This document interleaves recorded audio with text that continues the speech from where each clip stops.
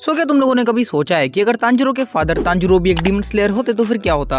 क्योंकि ये बंदा अपने आप में ही एक बहुत बड़ी मिस्ट्री है। इनके एक डीमन स्लेयर होने से स्टोरी पे बहुत ही ज्यादा इंपैक्ट पड़ता, क्योंकि योरिची के बाद यही एक ऐसा अकेला पर्सन है जो कि डीमन स्लेयर माँ के साथ ही पैदा हुआ था, जिन्होंने बीमार होते हुए भी एक बहुत ही बड़े भालू को अकेले मार दिया था, वो भी सिर्फ एक एक्स का यूज करके। क्योंकि योरिची की तरह ये भी ट्रांसपेरेंट वर्ड का यूज कर सकते हैं, और इस बंदे ने अनजाने में ही सही लेकिन इसने सन ब्रीदिंग की सारी 12 फॉर्म को मास्टर कर लिया है। और सन ब्रीदिंग से तो तुम्हें पता ही है कि हमारा मुजान कितना ज्यादा डरता है। सो आज की इस वाली वीडियो के अंदर मैं तुमको बताने वाला हूँ कुछ theories. So let's start the video.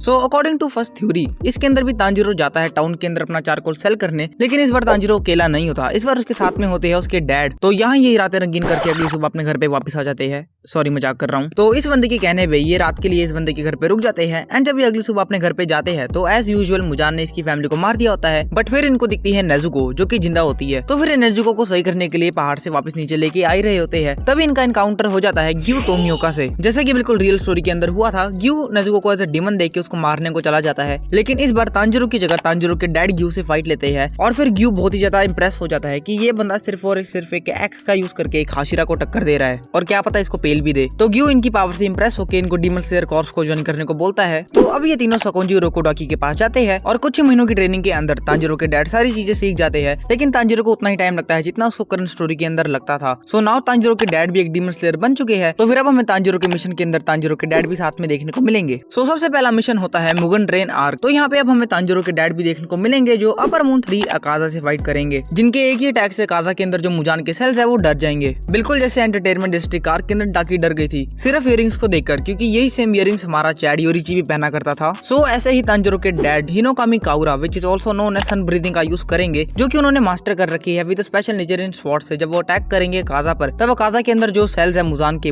तो उनको पता चल जाएगा कि ये योरिची है, और मे बी वो अकाजा को सूरज आने से पहले ही खत्म कर देंगे। और इस टाइम लाइन के अंदर जो हमारा फ्लेम हाशिरा है रेंगोकू डोनट, ये भी जिंदा है। सो अब अगर बात करें एंटरटेनमेंट डिस्ट्रिक्ट आर्क की, जहाँ पे जो हमारे तांजिरो के डैड है वो आराम से ग्योतारो और डाकी दोनों को पेल देंगे, और इस बार जो हमारा आशिक नंबर 1 है वो भी बिल्कुल सही सलामत है, और वो अपनी अगली शादी की तैयारी में है। बट इस बार हमें स्वॉर्ड्समिथ विलेज आर्क देखने को नहीं मिलेगा, क्योंकि ना ही तांजिरो की स्वॉर्ड टूटी है एंड ना ही उसकी स्वॉर्ड को कोई डीमन लेके भागा है, क्योंकि तांजिरो के डैड ने सब कुछ खुद ही संभाल लिया होता है। एंड दूसरी तरफ स्वॉर्ड्समिथ विलेज के अंदर मुइचिरो एंड तोकिरो अकेले ही फाइट कर रहे होते हैं, एंड वो मारे जाते हैं, क्योंकि इस बार उनकी हेल्प करने के लिए कोई भी नहीं होता। एंड इस टाइम लाइन के अंदर हमारी जो नेजुको है वो भी सन को कॉन्करर नहीं कर पाती है, और इस बार हमें Hashira training arc and infinity castle arc देखने को नहीं मिलेगी, क्योंकि इनके होने का मेन रीजन था नेजुको का सन को कॉन्करर करना, लेकिन इस बार ऐसा कुछ होता ही नहीं है। तो फिर अब इसके अंदर आगे अलग आर्क बनेगी, जो कि हमें शायद पता ही नहीं कि क्या बनेगी, कि मुजान को कैसे मारेंगे वो लोग एंड कैसे कैसे क्या कुछ होगा। सो थ्योरी नंबर 1 तो हमारी यहीं पे खत्म हो जाती है। थ्योरी नंबर 2, तो चलो हम मान लेते हैं कि तांजिरो और उसके डैड किसी न किसी रीजन के करके स्वॉर्ड्समिथ विलेज के अंदर पहुंच जाते हैं, एंड वहाँ पे वही सेम चीज हो रही होती है जो करंटली चल रही होती है। मुइचिरो ग्योको को आराम से पेल रहा होता है, एंड इस बार हानतेनको की जो मिस्ट्री होती है वो पहले ही सॉल्व हो जाती है, क्योंकि तांजिरो के डैड यूज कर सकते हैं ट्रांसपेरेंट वर्ल्ड, एंड वो पहले ही पता लगा लेते हैं कि हानतेनको की रियल बॉडी कहाँ पे है, एंड उसको वहाँ पे जाके मार देते हैं। और चलो मान लो नेजुको भी किसी न किसी वजह से सन को कॉन्कर कर लेती है, एंड इस बार हमें आगे देखने को मिल जाएगी Hashira training arc and infinity castle arc, और जहाँ पर हमें तांजिरो के डैड तांजिरो को ट्रेन करते हुए भी दिखाए जाएंगे,